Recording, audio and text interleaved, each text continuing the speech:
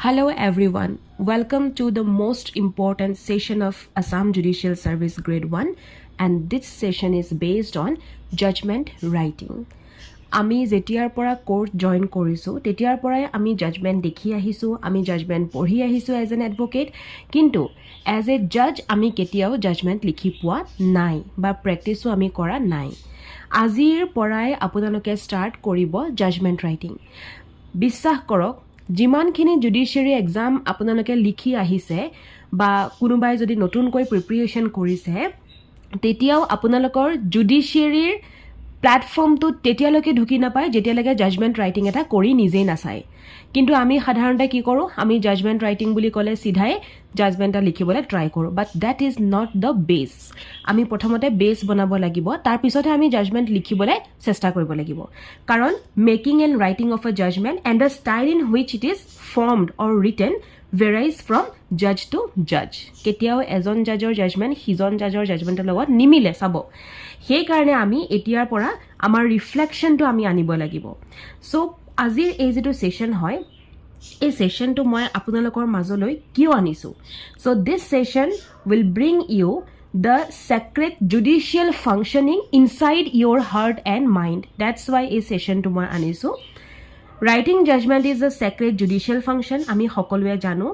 আৰু ইয়ে আমাক কি দিব যে ল লজিক আৰু যেটো আমাৰ নিজৰ আন্ডাৰষ্টেণ্ডিং হে বস্তুকিটা একেলগে ব্যালেন্স কৰিব এটা ভাল জাজমেন্ট বেস্ট ডিফেন্স হ'ব against allegation of bias or miscarriage of justice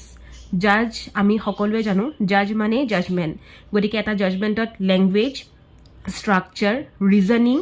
আৰু লজিক এই গুটেখিনি বস্তু জাজমেন্টত থাকিব আমি যদি চাও প্ৰিলিমছত আমাক ৰিজনিং আৰু লজিকৰ ওপৰত কোৱেশ্চনছ আহে কিয় আহে কাৰণ আমি যেতিয়া এগৰাকী জাজ হৈ পেলাই এটা জাজমেন্ট দিম তাত লজিক আৰু ৰিজনিংটো তাতে উলাই পৰিব সেই কাৰণে প্ৰিলিমছৰ পৰাই আপোনালোকৰ সিলেবাছত লজিক আৰু ৰিজনিংৰ ওপৰত কোৱেশ্চন আহে নাও জাজমেন্ট ৰাইটিং এটো এটা আমাৰ একচুয়ালি জাজ সকলৰ জুডিচিয়াল সিগনেচাৰ হয় তেখেত সকলে নিজৰ পৰিচয়টো এটা জাজমেন্ট ৰাইটিংৰে দিয়ে গতিকে ফাৰ্ষ্টৰ পৰাই আমি শিকিম যে জাজমেন্ট কেনেকৈ লিখে ফাৰ্ষ্ট আমি এটা স্যাম্পল লৈ লওঁ এটো হৈছে 2024 এক্সাম হোৱাৰ এখন কোৱেশ্চন পেপাৰ নম্বৰ 3 ত আপোনালোকৰ জাজমেন্ট ৰাইটিং আহিব আৰু এই পেপাৰ নম্বৰ 3 তে কোৱেশ্চন নম্বৰ 5 ত থাকিব জাজমেন্ট ৰাইটিং তাতে আপোনালোকৰ মাৰ্কস থাকিব 40 ইয়াত এখন পেপাৰ বুক দিয়া হয় পেপাৰ বুক মানে হৈছে যে এটা ঘটনা আৰম্ভণিৰ পৰা একদম শেষৰলৈকে গুটেইখিনি দিয়া হ'ব আৰু সেই পেপাৰ বুকখন পঢ়িয়ে আপোনালোকে আনসাৰ কৰিব লাগিব এই যিখন পেপাৰ বুক হ'ব এখন নাই কমেও 50 পেজৰ হ'ব মিনিমাম এতিয়া ফাৰ্ষ্ট আমি পেপাৰ বুকত কেছটোৰ গুটে নামটো পালো উইথ দ্য কেছ নম্বৰ আমি পালো ৰাইট দেন আমি ইনডেক্স আমাক দিব দেন আমাক এফআইআৰ যে আছে সেইখন দিব তাৰ পিছতে গুটেই কেছটো আৰম্ভ হ'ব আৰু এই গুটেইখিনি মিলাই পেলাই 50 পেজৰ এখন কোৱেশ্চন পেপাৰ হ'ব এতিয়া নিজে ভাবক 50 পেজৰ এখন কোৱেশ্চন মানে এটা কোৱেশ্চন আপোনালোকে যদি 50 পেজৰ এটা কোৱেশ্চন পঢ়িবলৈ হয় পৰীক্ষাৰ হলত কিমান সময় লাগিব নৰমালি আমাক কিমান সময় লাগে 50 পেজৰ এটা কোৱেশ্চন ভালকে পঢ়ি বুজিবলে আমাক ৰাইটলি 2.5 আৱাৰ লাগে ৰাইট 2 ঘণ্টা বা 3 ঘণ্টা পঢ়িবলৈকে লাগিব কাৰণ কোৱেশ্চনটো পঢ়ি তাত ফেক্টবোৰ উলিয়াব তাত এভিডেন্সত কি আছিল হেখিনি চাব গুটেখিনি বস্তু চাওতে আন্ডাৰলাইন কৰোতে 3 ঘণ্টাৰ বেলটো বাজি যায় সেই কাৰণে জাজমেন্ট ৰাইটিং এতিয়াৰ পৰা আৰম্ভ কৰিব লাগিব যেহেতু মেইনছত বহিব গতিকে এতিয়াৰ পৰা আৰম্ভ কৰিব লাগিব আৰু এতিয়াৰ পৰা আৰম্ভ কৰিলেহে আপোনালোকে পিছলে সেই 50 পেজৰ কোৱেশ্চনটো উইদিন হাফ এন আৱাৰত আপোনালোকে পঢ়ি শেষ কৰিব পাৰিব আৰু এই প্ৰচেষ্টাটো এতিয়াৰ পৰা চলালেহে অহা বছৰৰ এক্সামত বহিব পাৰিব সেই কাৰণে প্ৰথমতে যেতিয়া আমি জাজমেন্টটো পঢ়িম মই জানো আপোনালোকক আজি মই এটা হোমৱৰ্ক দিম আৰু পঢ়াৰ লগে লগে আপোনালোকৰ গোটেই ৰাতিটো লাগিব গোটেই ৰাতি আপোনালোকে খুদা জাজমেন্টটোকে পঢ়ি থাকিব নেক্সট ডে যেতিয়া মই এমাহৰ পিছত দিম তেতিয়া চাব মানে ডেইলি ডিউটি এমাহৰ পিছত দিলে চাব সেই একেটা কামকে যেটো আপুনি গুটে ৰাতি পঢ়িছিল তাত আপোনাক খুব বেছিকে বেছি 4 আৱাৰ্স লাগিব তাৰ পিছতে লাহে লাহে নেক্সট এমাহৰ পিছত যেতিয়া মই আপোনালোকক প্ৰসিড কৰাম তেতিয়া দেখিব হেতু 2 ঘণ্টা লাগিব তেনেকে আমি আগবাঢ়ি এটা জাজমেন্ট 50 পেজৰ কোৱেশ্চনটো পঢ়োতে আমাক 30 মিনিটত আমি পঢ়ি শেষ কৰিব লাগিব এটো কাৰণে শেষ কৰিব লাগিব কাৰণ 30 মিনিটত যদি আপোনালোকে পঢ়ে তেতিয়াহে 40 মাৰ্কছৰ কোৱেশ্চনটোৰ আনসাৰ কৰিব এনাদাৰ 30 মিনিটত পাৰিব তাৰ মানে জাজমেন্ট ৰাইটিংৰ নামত আপোনালোকে 1 ঘণ্টা এটা ৰাখিব লাগিব পৰীক্ষাৰ হলত আৰু বাকি যি 2 ঘণ্টা থাকিব সেইখিনিৰ কাৰণে আপোনালোকে ৰাখিব লাগিব এনাদাৰ মানে যিখিনি টপিকস আমাৰ থাকিব বা যিখিনি ল পেপাৰ ইয়াত ইনক্লুড হৈ থাকিব মানে এনাদাৰ 60 মাৰ্কৰ কাৰণে তাত আপোনালোকে লিখিব লাগিব যেহেতু জাজমেন্ট ৰাইটিং 40 মাৰ্কছ আহে গতিকে অফ কোৰ্স আমি 40 মাৰ্কছৰ কাৰণে 1 ঘণ্টা এটা ৰাখিবই লাগিব আই নো 1 ঘণ্টাটো বেছি হয় একচুয়ালি 40 মাৰ্কৰ কাৰণে বাট লাগিব কাৰণ 30 মিনিটত আপোনালোকে জাজমেন্ট পঢ়িব লাগিব আৰু another 30 মিনিটত আপোনালোকে জাজমেন্টটো লিখিব লাগিব এতিয়া আমি ফাৰ্স্ট জানিব লাগিব জাজমেন্টটো লিখাৰ আগত মানে আনসাৰটো কৰাৰ আগত প্ৰি জাজমেন্ট প্ৰিপাৰেচন আপোনালোকে কি ৰাখিব লাগিব কোৱেশ্চন পেপাৰখনতে পৰীক্ষাৰ হলত কি কৰিব যেটো কোৱেশ্চন পঢ়িব তাক খুব কম্প্ৰিহেনসিভলি বস্তুটো পঢ়িবলৈ চেষ্টা কৰিব নেক্সট হৈছে সেই কোৱেশ্চন পেপাৰখনতে আপোনালোকে ফ্যামিলি ট্ৰি হক মেপ হক যদি দৰকাৰ পৰিছে তেতিয়াহলে দেখিছে যে অমুকৰ পুতেক তমুকৰ জিয়েক অমুকৰ পুতেক তেতিয়াহলে তাতে ফ্যামিলি ট্ৰিটো আঁকিবলৈ চেষ্টা কৰিব যাতে জাজমেন্টটো লিখোতে সুবিধা হয় তৃতীয় পইণ্টটো হৈছে যে তাত কিছুমান ফ্যাক্ট আপোনালোকে গম পাব যে এইটো দেখোন ফ্যাক্ট হয় যে এই বস্তুটো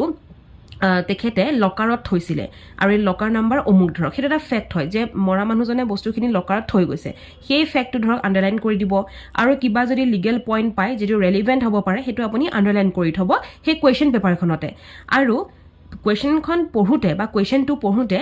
ডিলে নকৰিব লাহে লাহে ইমানেই লাহে লাহে নপঢ়িব যে কোৱেশ্চন কিটা পঢ়োতে এটলিষ্ট মানে গুটে সময়খিনি গুচি যায় সেইটো নকৰিব ডিলে এভয়েড কৰিব টাইমলি আপোনালোকে পঢ়ি খতম কৰিব লাগিব তেতিয়াহে লিখিব পাৰিব নেক্সট আমি জানিব লাগিব যে এটা জাজমেন্টৰ ল্যাঙ্গুৱেজ কেনেকুৱা হ'ব লাগে এইখিনি যিখিনি ইয়াত লিখি দিয়া আছে দেখি আছে সেইখিনি ভালকে পঢ়ক ল্যাঙ্গুৱেজটো হৈছে যে একদম প্লেন সিম্পল আৰু যিবিলাক ধৰক আননেসেসাৰী কিছুমান আমি কথা যে লিখো হেবিলাক লিখিব নালাগে কাৰণ হেতুৱে কেতিয়াও সাজেশন দিব নালাগে জাজমেন্ট এটাই একদম শৰ্টলি বস্তুটো যিমান ধুনিয়াকে পাৰি প্লেন আৰু সিম্পল ল্যাঙ্গুৱেজত লিখাটো সবতকে বেছি প্ৰিফাৰেবল হয় আৰু লাষ্টলি যে গ্ৰামাৰ আমি যেতিয়া জাজমেন্ট লিখিম আমাৰ যাতে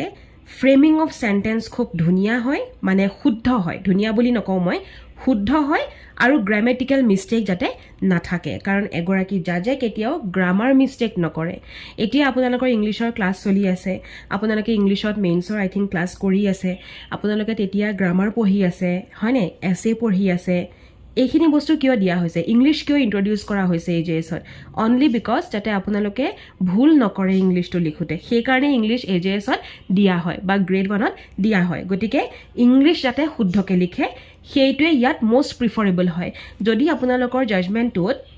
ইংলিশৰ সেই সেন্টেন্স কিটা ফ্ৰেম কৰোতে যদি ঠিকে হোৱা নাই গুটেই যদি গ্ৰামাৰ ভুল তেতিয়াহলে কিন্তু গুটেই জাজমেন্টটোৱে কাটি দিব গতিকে সেই কাৰণে ইংলিশৰ প্ৰতি এতিয়াৰ পৰা ভালদৰে পঢ়ক মই বহুত নটিস কৰিছো একিদিন যে আপোনালোকে ইংলিশৰ এক্সাম নাই দিয়া কিয় নাই দিয়া হেতু মই নাজানো কিন্তু যদি আপোনালোকে ইংলিশৰ এক্সাম নিদিয়ে তেতিয়াহলে আপোনালোকে এটা ভাল জাজমেন্টটো কিন্তু লিখিব নোৱাৰিব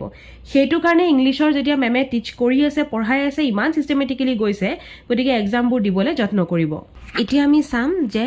জাজমেন্ট এটা লিখোতে আপোনালোকে এইখিনি বস্তু পাইছেনে নাই পোৱা নিজৰ আনসাৰটোত প্ৰথম হৈছে ৰেলেভেন্ট ফ্যাক্ট আপোনালোকে নিজৰ আনসাৰটোত ভৰাইছেনে নাই ভৰোৱা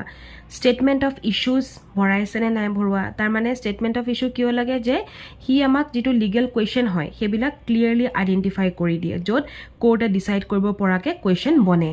দেন পাৰ্টিজৰ যেটো পজিশন থাকে হেতু আপোনালোকে ইয়াত ভালকে ভৰাইছেনে নাই ভৰোৱা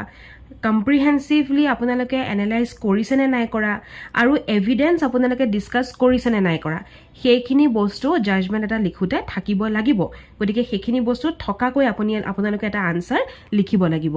নেক্সট আমি জানিম যে জাজমেন্টৰ স্ট্ৰাকচাৰটো কেনেকুৱা হ'ব লাগিব যেনেকৈ আমি যদি কওঁ এছে এখনৰ স্ট্ৰাকচাৰ কেনেকুৱা হ'ব লাগিব যে প্ৰথমতে ইন্ট্ৰোডাকশন তাৰপিছতে বডি তাৰপিছতে কনক্লুজন আৰু সেই বডিটোৰ মাজত আমি 3টা 4টা আমি পইণ্ট ভৰাব পাৰিম বা হেডিং আমি ভৰাব পাৰিম হয়নে তেনেকে জাজমেন্ট এটাৰো স্ট্ৰাকচাৰ থাকে সেই স্ট্ৰাকচাৰটো এনেকুৱা হ'ব লাগিব আৰু এই যেটো fact issue rule analysis conclusion এই যেটো স্ট্ৰাকচাৰ তাক আমি মনত ৰাখিম এটা আপোনাৰ কোডেৰে আৰু সেই কোডটোৰ নাম হৈছে ফাইৰেক FIRAC ফাইৰেক মডেল মানে হৈছে এফৰ পৰা ফ্যাক্ট আই পৰা ইস্যুজ আৰৰ পৰা ৰুল A পৰা এনালাইসিস আৰু C পৰা কনক্লুজন এতিয়া ফ্যাক্ট মানে আমি ফ্যাক্ট খিনি লিখিম ইস্যুজ মানে আমি যিখিনি ইস্যু থাকিব লাগে হেখিনি লিখিম রুল মানে হৈছে আমি গুটে ল খিনি ভৰাম যে এটো ৰুল হ'ব লাগে হেতু ৰুল লয়ে এনেকে কৈছে সেকশন অমুকে তেনেকে কৈছে হেখিনি বস্তু ভৰাম এনালাইসিস মানে হৈছে তাত আমি ৰিজনিং দিম যে এটো বস্তু অ্যাকৰ্ডিংলি এনেকুৱা হ'ব লাগে ইয়াত আমি লজিক আৰু আমাৰ নিজৰ ৰিজনিংটো আমি ইয়াত এপ্লাই কৰিম আৰু সি মানে হৈছে কনক্লুজন দ্যাট মিন্স আমি তাত ফাইনাল ডিসিশনটো আমি ইয়াত লিখিম সো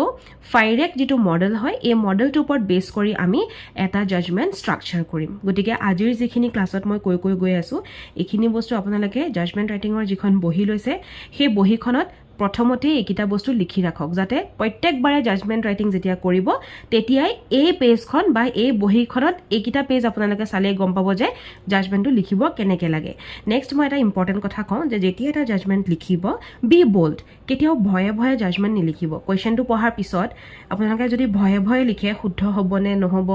তেতিয়া কিন্তু জাজমেন্টটো পুৰা ৰং হৈ যায় এগৰাকী জাজে খুব বোল্ডলি খুব সাহসেৰে এটা জাজমেন্ট লিখে গতিকে আপোনালোকেও যেতিয়া আনসাৰটো কৰিব সেই কোৱেশ্চনটোৰ তেতিয়াও খুব বোল্ডলি আৰু খুব সাহসেৰে আনসাৰ লিখিব আৰু সেই জাজমেন্টটো লিখোতে নিজকে জাজ বুলি ভাবি পেলাই লিখিব তেতিয়া চাব আপোনালোকৰ আনসাৰটোৱে আপোনালোকক ফ্ৰেম কৰাই দিব যে you are eligible for being a জাজ প্ৰথমে আমি ডিসকাস কৰিম ফ্যাক্ট ফ্যাক্ট বুলি ক'লে আমি ৰেলিভেন্ট ফ্যাক্ট আৰু মেটেৰিয়েল ফ্যাক্টৰ কথাহে লিখিম হেতুৰ কাৰণে আমি প্ৰথমতে জানিব লাগিব the 6 W's 6টা W word যেটো আমি ব্ৰেইনত সোমাই লম যে একেটা ওয়াৰ্ডৰ আনসাৰ নোপোৱালৈকে আমি জাজমেন্টটো ষ্টাৰ্ট কৰিব নোৱাৰো কাৰণ জাজমেন্টত প্ৰথমতে আমি ফ্যাক্ট লিখিম সেই কাৰণে সেই 6টা W word হৈছে what মানে origin of the dispute হে ডিসপিউটটো কি who মানে কোন পাৰ্টি হে ডিসপিউটটোত ইনভলভ হৈ আছিল আৰু ৰেলিভেন্ট হ'ব লাগিব লোকাস স্ট্যান্ডি লগত দেন where মানে কোনটো জায়গাত কোনখন জায়গাত হৈছিল লোকেশনটো হেতুৱে আমাক জুৰিসডিকশন ইম্প্যাক্ট কৰিব হেতু কাৰণে where টো ইম্পৰ্টেন্ট দেন when কেতিয়া হৈছিল কাৰণ লিমিটেশন আমি মনত ৰাখিব লাগিব গতিকে লিমিটেশন ৰেলিভেন্ট কৰি পেলাইহে আমি লিখিব লাগিব হেতু কাৰণে কেতিয়া হৈছিল হে টাইমলাইনটো important why and how specially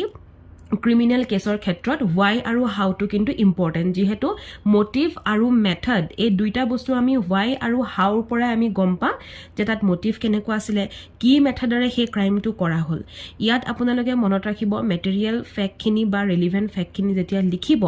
হেতুৱে আপোনালোকক ৰেশিও ডেসিডেন্ডি ডিটাৰমাইন কৰাই দিব দ্যাট মিন্স এটা কোৰ ৰিজনিং প্লাস rule to কেনেকুৱা হ'ব হেতুৱে আপোনালোকক দেখুৱাই দিব আৰু ইয়াত আপোনালোকে কিছুমান বস্তু এভয়েড কৰিব যেনে unnecessary ধৰক কিবা কিবি ফ্যাক্ট ইনে লিখা দেন যেটো বস্তু ৰেলিভেন্ট নাছিলে সেই কেছটোৰ লগত সেই ডিসপিউটৰ লগত যেটো বস্তু ৰেলিভেন্ট নহয় হেতু লিখিটো ইয়াত লাভ নাই হয় না গতিকে হেবিলাক বস্তু নিলিখিব আৰু এটা কথা যে প্ৰত্যেকটো ফ্যাক্ট যেটো আপুনি প্ৰিডিংখনত পাব বা কোৱেশ্চনটোত পাব পাৰ্টিজৰ হেতু কিন্তু প্ৰত্যেকটো ফ্যাক্টে যে আপুনি কোট কৰিব লাগিব হেতু কথা নহয় মই যে এই 6W কলো এই 6W পৰাই আপুনি ফ্যাক্ট খিনি পাই যাব so after proper marshalling of the fact only relevant fact to decide the controversy or the rights or liabilities of the parties should be discussed হেখিনি ডিসকাস কৰিব যিখিনিয়ে আপোনাৰ সেই পাৰ্টিৰ ৰাইট বা লাইবিলিটি উলিয়াব পাৰে কন্ট্ৰভাৰ্সি যদি থাকে উলিয়াব পাৰে সেইখিনি বস্তুহে ইয়াত আপোনালোকে লিখিব তাৰ পিছতে আমি সাম ইস্যুজ এতিয়া Order 20 Rule 5 of CPC মতে যে কোৰ্টে সদায় ফাইন্ডিং খিনি দিব লাগিব with reason on each and every issue যেতিয়ালৈকে এটা ফাইন্ডিং ডিসপোজ হৈ না যায় তেতিয়ালৈকে ফাইন্ডিংস খিনি উলিয়াই দিব লাগিব আৰু এই যেটো প্ৰিন্সিপল হয় CPC এই প্ৰিন্সিপলটো অকল CPC বুলি নহয় আমি ক্ৰিমিনাল কেছতো একেটা বস্তু আমি এপ্লাই কৰিম এটা ইস্যু আমি এনালাইজ কেনেকৈ কৰিম যে আপোনালোকে যেতিয়া কোৱেশ্চনটো পঢ়িব তেতিয়া কম্প্ৰিহেনসিভ যেটো কনসিডাৰেশন লব তাতে দেখিব কিছুমান ইস্যু আপোনালোকে দেখি যাব তাকে আপুনি আন্ডাৰলাইন কৰিব কাৰণ হে ইস্যু খিনি আৰু আন্ডাৰলাইন কৰি ওপৰত আই লিখি থব যাতে আনসাৰ লিখিবলৈ সুবিধা হয় আৰু হে ইস্যু খিনি আমি পিছত কাৰণ লিখিব লাগিব হে ইস্যু খিনি লিখিলেহে আমি বাকিখিনি ভালকে লিখিব পাৰিম ইস্যু লিখোঁতে বা ইস্যুখিনি চাওঁতে তাত সেই কেছটোত যিখিনি ইস্যু ইনভলভ হৈ আছে সেইখিনি চাওঁতে আপুনি আপোনাৰ প্ৰেজেন্স অফ মাইণ্ডটো খুব ভালকৈ লগাব লাগিব যাতে ৰং আইডেণ্টিফিকেশ্যন অফ ইস্যু নহয় কাৰণ যদি ৰং আইডেণ্টিফাই কৰি দিয়ে ইস্যুবিলাক তেতিয়াহ'লে সেই গোটেই বস্তুটো ভুল হৈ যাব নিজৰ লজিক লগাব লাগিব আৰু ল এপ্লিকেবল হ'ব পাৰে নে নোৱাৰে সেই জেগাটোত যে সেই যিটো চাৰ্জ লাগি আছে বা ইস্যু যিটো আছে তাত কেনেধৰণে ল এপ্লিকেবল হ'বনে নোৱাৰে সেইটো বস্তু আপুনি তেতিয়াই ভাবিব লাগিব আৰু যদি ইস্যুখিনি আপোনালোকে উলিয়াব নোৱাৰে বা দুই এটা উলিয়াইছে কিন্তু ভালদৰে উলিয়াব পৰা নাই তেতিয়াহ'লে আকৌ সেই বস্তুটো ভালদৰে পঢ়িব take some more time and read the given paragraph or read the given the entire case আৰু এই ইস্যুৰ বিচাৰাৰ সময়খিনিতে আপুনি এনেক্সাৰ বিচাৰিব কিবা যদি এনেক্সাৰ দি থোৱা আছে সেই কুৱেশ্যন পেপাৰখনত তেতিয়াহ'লে সেই এনেক্সাৰটো বিচাৰিব আৰু তাতো চাব যে তাত কিবা লিখি থোৱা আছে নেকি এণ্ড এনেক্সাৰ বিচাৰাৰ পিছতহে আপুনি গম পাব যে ইয়াত এভিডেন্সৰ যিখিনি কথা সেইখিনি আমি কেনেকৈ আনিব পাৰিম আৰু যেতিয়া আপুনি এভিডেন্সৰ ধৰক ইস্যুৰ পিছতে যেতিয়া আপুনি এভিডেন্সখিনি বিচাৰিব সেই সময়টোত আপুনি অৰেল এভিডেন্স ডকুমেণ্টাৰী এভিডেন্স বা ইলেক্ট্ৰনিক কিবা ৰেকৰ্ডো আছে নেকি সেইখিনি ইভেন আণ্ডাৰলাইন কৰি থ'ব and after this the next stage is applying the law to the facts and issues এতিয়া আমি ষ্টেটিউট বা ৰুলখিনি আমি ইয়াত ভৰাব লাগিব চ' এটা জাজমেণ্টত আমি জানো যে ৰেলিভেণ্ট ষ্টেটিউট বা ৰেলিভেণ্ট ৰুল এপ্লাই কৰিব লাগিব চিটুৱেশ্যন চাই পেলাই আৰু সেইমতে আমি ভাবিব লাগিব যে এই পাৰ্টিকুলাৰ বস্তুটোত কোনটো ছেকশ্যন আহিব কোনখন লৰ প্ৰভিজন আহিব মানে BNSS আহিব নে বেলেগ কিবা প্ৰভিজন আহিব নে কি আহিব মানে কোনখন ষ্টেটিউট আহিব কেতিয়াবা আমি যদি চাওঁ মাৰ্চিয়েল লও আমাৰ থাকে ৰাইট তেনেকুৱা বহুত ষ্টেটিউট আহি যায় গতিকে আমি সেইটো বস্তু ভালকৈ ডিটাৰমাইন কৰিব লাগিব যে কোনটো ষ্টেটিউট আৰু কোনটো ৰুল আমি আনিব পাৰিম দেন আমি জাজমেণ্ট ৰাইটিঙৰ এনালাইচিছটো চাম আমি তাক কেনেকৈ এনালাইজ কৰিম চ' এনালাইজিঙৰ টাইমত আমি দুটা মেথড এপ্লাই কৰিম এটা হৈছে OPP এটা হৈছে ফ্লপ OPP মানে হৈছে অপজিট পাৰ্টি পজিশ্যন আৰু ফ্লপ মানে হৈছে ফ্ল ইন অপজিং পাৰ্টিজ পজিশ্যন এই যিকেইটা মেথড হয় এইকেইটা আপোনালোকক মই অফলাইন ক্লাছছ শিকাম এতিয়া ইউটিউবত এনেকৈ মই শিকাই নিদিওঁ গতিকে এইটো বস্তু মই অফক'ৰ্ছ ধুনীয়াকৈ শিকাম যে কেনেকৈ আমি সেই বস্তুটো আনিব লাগিব ক্ৰিটিক কৰিব লাগিব আৰু সেইটো সদায় নিউট্ৰেল হ'ব লাগিব ঠিক আছে চ' আমি এনালাইজটো তেতিয়া আমি কৰি ল'ম and the last stage is the conclusion of the judgement তাৰমানে এটা কনক্লুজনত সদায় গোটেই আৰ্গুমেণ্টছখিনি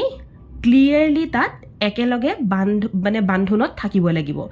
আৰু চামাৰিটো বাৰে প্ৰতি ৰিপিট নকৰিব এভইড কৰিব ৰিপিট নকৰিব সেই কামটো আৰু গোটেই জাজমেণ্টটো এটা ব্ৰিফ আৰু ফ'কাছড হ'ব লাগিব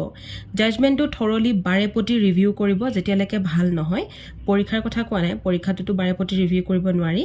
মোৰ লগত যেতিয়া আপোনালোকে প্ৰেক্টিছ কৰিব বাৰে প্ৰতি ৰিভিউ কৰিব যেতিয়ালৈকে ভাল নহয় আৰু জাজমেণ্টটো লিখোঁতে আকৌ এবাৰ কৈছোঁ যে খুব বল্ড হৈ তাৰ আনচাৰ কৰিব কেইটামান ইম্পৰ্টেণ্ট কথা মই কৈ থওঁ যে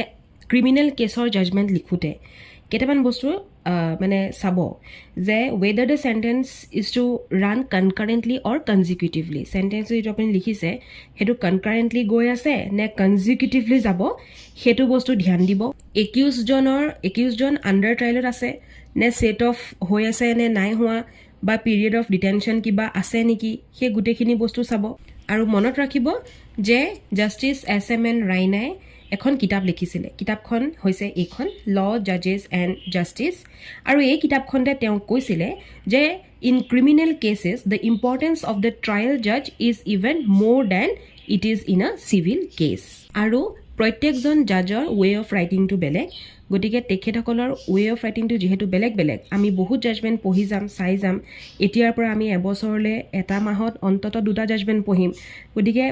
পঢ়োঁতে জাজমেণ্টছখিনি আমাৰ নিজেই লাগি যাব যে আমিও লিখিব পাৰিম কম সময়ত এতিয়া আহোঁ যে এডিটিং হয়নে নহয় এটা জাজমেণ্টত মানে আপোনালোকৰ পৰীক্ষা বহীখনৰ কথা কৈছোঁ মই তাত কোনো ধৰণৰ এডিটিং নহ'ব আপুনি যদি জাজমেণ্টটো লিখাৰ পিছত অ'ত কাটিছে ত'ত লিখিছে আকৌ কাটিছে আকৌ লিখিছে তেতিয়াহ'লে সেইটো নিগেটিভলি লোৱা হয় সেইটো কেতিয়াও প্ৰপাৰ জাজমেণ্ট নহয় সেইকাৰণে পৰীক্ষা বহীত সেই কাটা মেলা নোহোৱাকৈ কৰিবৰ বাবে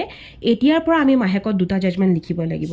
আৰু এটা গুড জাজমেণ্টত সদায় গুড ৰাইটিঙৰ ওপৰত ডিপেণ্ড নকৰে ইট ডিপেণ্ডছ অন গুড ৰিৰাইটিং আমি বাৰে প্ৰতি একেটা বস্তুকে প্ৰেক্টিছ কৰিব লাগিব চ' প্ৰিপেয়াৰিং আ draft judgement is a very hard work সেইটো মই জানো কিন্তু হাৰ্ড ৱৰ্ক বিগিন আমি কৰিবই লাগিব কাৰণ আমি এটা ভাল জাজমেণ্ট ফিনিছ কৰিব লাগিব সেইটো ড্ৰাফ্ট কৰোঁতে আমি হাৰ্ডেষ্ট ৱৰ্ক পচিবিলিটি আমাৰ ফালৰ পৰা আনিবও লাগিব এতিয়া সবতকৈ ইম্পৰ্টেণ্ট কুৱেশ্যন যে 50 পেজৰ এটা কুৱেশ্যনৰ কাৰণে আমি আনচাৰটো কিমান পেজৰ লিখিব লাগিব ৰাইট সেইটো ডিপেণ্ড কৰিব সেই জাজমেণ্টটো সেই যিটো কেছ আপুনি পাইছে সেই গোটেই মানে কেছটোত একদম প্ৰথম ধৰক এফআইআৰ পৰা ধৰি একদম শেষলৈকে যিমানখিনি পাইছে তাত কিমানখিনি ইস্যু আছে তাত কিমানখিনি ৰেলিভেণ্ট ফেক্ট আছে তাত কিমানখিনি এভিডেন্স গাঁঠি থোৱা আছে সেই গোটেইখিনি ডিপেণ্ড কৰিহে একচুৱেলি লেংথ অফ জাজমেণ্টটো আমি মানে আনিব পাৰিম কিন্তু মনত ৰাখিব যে লেংদি জাজমেণ্টটো বহুত বেছি হ'ব নালাগে এভইড কৰিব যে এটা জাজমেণ্ট আপুনি 25 পেজ লিখি আছে অফক'ৰ্ছ ইমানখিনি লিখিব নালাগে it is not the number of pages in a judgment but sufficiency of the reason in support of the conclusion arrive by the জাজ দেট ইজ ৰেলিভেণ্ট আমি নাম্বাৰিং কৰিব লাগিব পেৰেগ্ৰাফ যিবিলাক জাজমেণ্টৰ পেৰেগ্ৰাফ থাকিব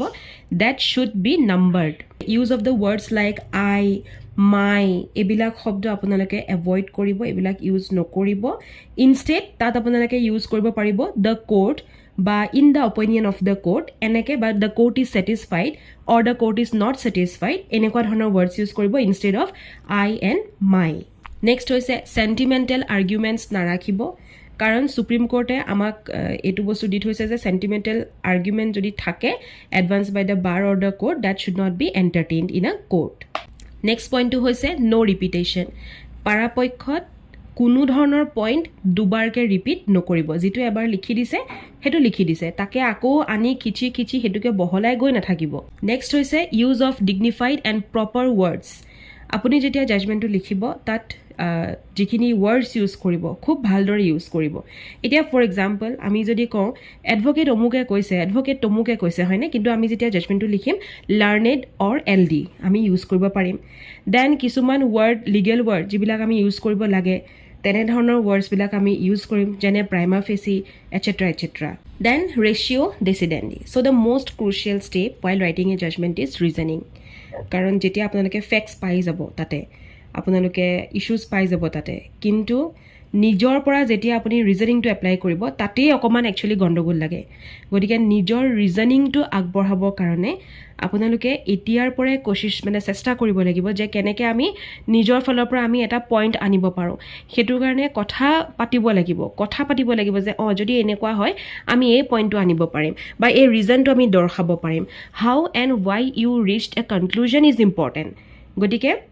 জাজমেণ্টটোৰ শেষলৈ অহা আগত সেই কনক্লুজনটো পোৱাৰ আগত যিখিনি ৰিজনিং লগাব সেইখিনি চবতকৈ ইম্পৰ্টেণ্ট হ'ব গোটেই আনচাৰটোৰ ভিতৰত আপুনি যিমান ফেক্টছ ইছ্যুজ যিমান লিখিলেও সেই যিটো ৰিজনিং প্লেচ কৰিব আৰু লাষ্টত যিটো আপুনি কনক্লুজন দিব সেই দুটাইহে কিন্তু আপোনাক প্ৰপাৰ এটা মাৰ্কছ আনি দিব পাৰিব চ' ষ্টুডেণ্টছ যিসকল এনৰোল হৈ আছে লিগেল ক্লাষ্টাৰত তেখেতসকলক মই বুক প্ৰিফাৰ কৰিম বা মই নিজৰ যিখন বুক মই সেইখনো আপোনালোকক দিম কিন্তু যিসকলে ইউটিউব চাই আৰু তেখেতসকলৰ বাবে কিছুমান যদি বুকছ আপোনালোকে বিচাৰে যে জাজমেণ্ট ৰাইটিঙৰ কাৰণে লাগে তেতিয়াহ'লে এইকেইখন বুক আপোনালোকে কিনিব পাৰিব মই ৰাইটাৰৰ নামো দি দিছোঁ কিনিলে আপোনালোকে যথেষ্ট সহায় পাব যে এটা জাজমেণ্ট আমি কেনেকৈ লিখিব পাৰোঁ দ্য হিন্দুৰ আৰ্টিকেলো বহুত আহে the art of writing a জাজমেণ্টৰ ওপৰত গতিকে দ্য হিন্দু নিউজ পেপাৰখনো মাজে মাজে আপোনালোকে আনি ঘৰতে পঢ়িব থেংক ইউ ফৰ ৱাচিং লিগেল ক্লাষ্টাৰ